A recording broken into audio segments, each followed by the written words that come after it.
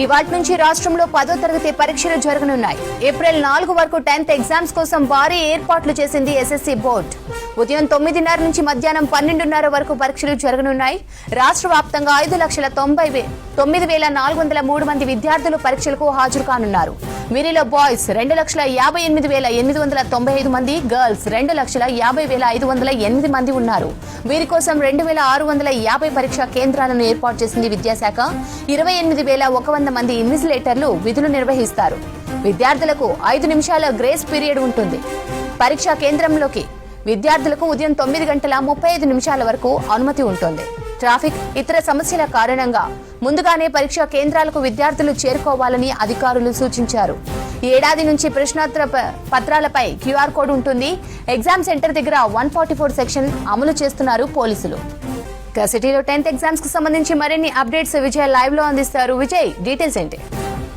Yes Revanthi, 10వ తరగతి పరీక్షలు రాష్ట్ర వ్యాప్తంగా ఇంతకుముందే 9:30కి ప్రారంభమయ్యాయి. ప్రస్తుతం మనము హైదరాబాద్ లోని ఆలియా గవర్నమెంట్ హై స్కూల్లో ఉన్నాము. ఇక్కడ దాదాపు 150 మంది విద్యార్థులు ఈ పరీక్షా కేంద్రంలో పరీక్ష రాస్తున్నారు.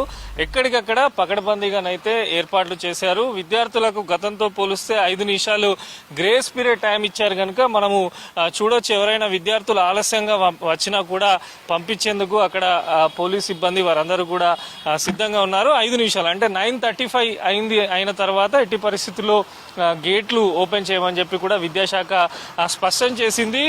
ప్రతి ఒక్క సెంటర్ కు సంబంధించి ఈసారి మొత్తంగా కూడా డైరెక్టర్ ఆఫ్ స్కూల్ ఎడ్యుకేషన్ నుంచి మానిటర్ చేస్తున్నారు. సెంటర్లలో ఏ రకమైనటువంటి పరిస్థితులు ఉన్నాయి, ఎగ్జామ్ ఎందుకంటే స్టార్టింగ్ టైంలో తీసుకోవాల్సినటువంటి జాగ్రత్తలపైన విద్యాశాఖ అధికారులు కానీ స్థానికంగా ఉండే డిఈఓలు, ఎంఈఓలు, ఇతర ఉన్నతాధికారులు కూడా నిరంతరము పర్యవేక్షించే విధంగా కూడా విద్యాశాఖ ఆదేశాలు జారీ చేయడం జరిగింది. మనం చూస్తున్నాం 9:35 వరకు టైం ఉంది కనుక ఇంకెవరన్నా పిల్లలు ఎగ్జామ్ సెంటర్ రాకపోతే వారిని అలో చేసే విధంగా కూడా పోలీసులు ఇక్కడ సిద్ధంగా ఉన్నారు. మరోపక్క సెంటర్ పరిసర ప్రాంతాల్లో మొత్తంగా కూడా 144 సెక్షన్ అమల్లో ఉంది. ఎవరు కూడా ఈ చుట్టుపక్కల ఉండేందుకు వీలు లేకుండా ఈ సరౌండింగ్స్ లో ఉన్నటువంటి జిరాక్స్ సెంటర్లు కానీ అన్ని కూడా క్లోజ్ చేయడం జరిగింది. పేరెంట్స్ కూడా చాలా మంది ఈసారి ఎస్ఎస్సీ ఎగ్జామ్స్ కనుక పిల్లలకు సంబంధించి కూడా ముందు స్థాయి నుంచే పేరెంట్స్ వారి గైడ్ లైన్స్ ఇస్తారు. కొంతమంది పేరెంట్స్ ఉన్నారు. ఎట్లా ప్రిపేర్ అయ్యారు మీ పిల్లలు? ఫస్ట్ టైం బోర్డ్ ఎగ్జామ్ రాస్తున్నారు, మీరు ఎట్లా వాళ్ళకి సజెస్ట్ చేశారు? ఎట్లా ప్రిపేర్ అయ్యారు? సార్, స్కూల్ చాలా బాగా ప్రిపేర్ చేసింది. అందుకోసం మాకు ఏం టెన్షన్ లేదు. చాలా బాగా ప్రిపరేషన్ చేశారు. చాలా కూల్ ఉన్నారు పిల్లలు. అంటే మొదటిసారి బోర్డ్ ఎగ్జామ్ రాస్తున్నారు కనుక మీరు కూడా వారి ప్రిపరేషన్ అనేక జాగ్రత్తలు తీసుకోవాలండి. ఎట్లాంటి ప్రికాషన్స్ ఇచ్చారు పిల్లలకి? మేము వాళ్ళకు అంటే రెస్ట్ బాగా తీసుకోవాలా, టెన్షన్ అవ్వద్దు, మంచి ఫుడ్ తీసుకోవాలా, కూల్ ఉండాలా, ప్రిపరేషన్ అర్లీగానే చేసి పెట్టుకోవాలా. లాస్ట్ మూమెంట్ ప్రిపరేషన్ చేయొద్దు, లాస్ట్ మూమెంట్లో కూల్ ఉండాలి. అలా సెంటర్ అంతా బాగుంది సార్. లోపల అంతా మంచిగా ప్రొసీజర్ పెట్టారు. ఏం టెన్షన్ లేదు. పిల్లలు మంచిగా లోపల వెళ్తున్నారు. పీస్ఫుల్గా అవుతుంది. బోర్డు చాలా బాగా అక్కడ సిట్టింగ్ అరేంజ్మెంట్ కానీ ఏదైనా అన్ని కరెక్ట్గా వేశారు. చాలా బాగుంది. డిసిప్లిన్ చాలా బాగుంది.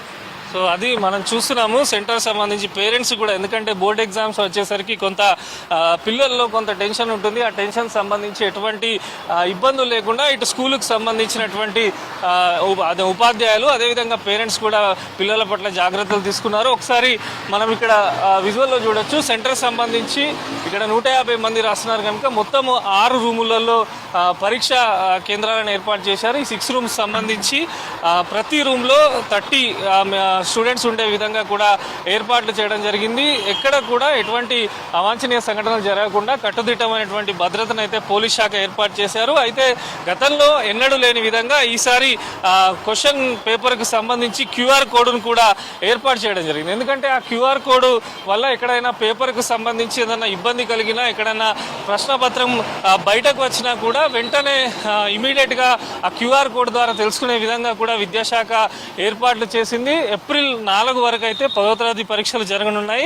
ఆ పరీక్షలు జరుగుతున్న ప్రతి టైంలో కూడా ఎప్పటికప్పుడు మానిటర్ చేయాలని చెప్పి కూడా ఉన్నతాధికారులు ఆల్రెడీ డిఈఓలకు అందరికి కూడా స్పష్టమైనటువంటి ఆదేశాలు ఇచ్చారు. దీంతో పాటు 140 మంది ఫ్లయింగ్ స్క్వాడ్స్ కూడా ఏర్పాటు చేశారు. ఈ ఫ్లయింగ్ స్క్వాడ్స్ కూడా అన్ని జిల్లాలలో పరీక్ష జరుగుతున్న తీరుకు సంబంధించి ఎప్పటికప్పుడు అప్డేట్ ఇస్తూ ఉంటారు. అయితే ఈసారి గతంలో ఎన్నడూ లేని విధంగా కొంత టెక్నాలజీ ఉపయోగించి కూడా ఎస్ఎస్సి ఎగ్జామ్స్ కండక్ట్ చేయడంతో ముందుగానే ఇటు ఇన్విజిలేటర్లకు వారందరికీ కూడా విద్యాశాఖ ట్రైనింగ్ ఇచ్చింది.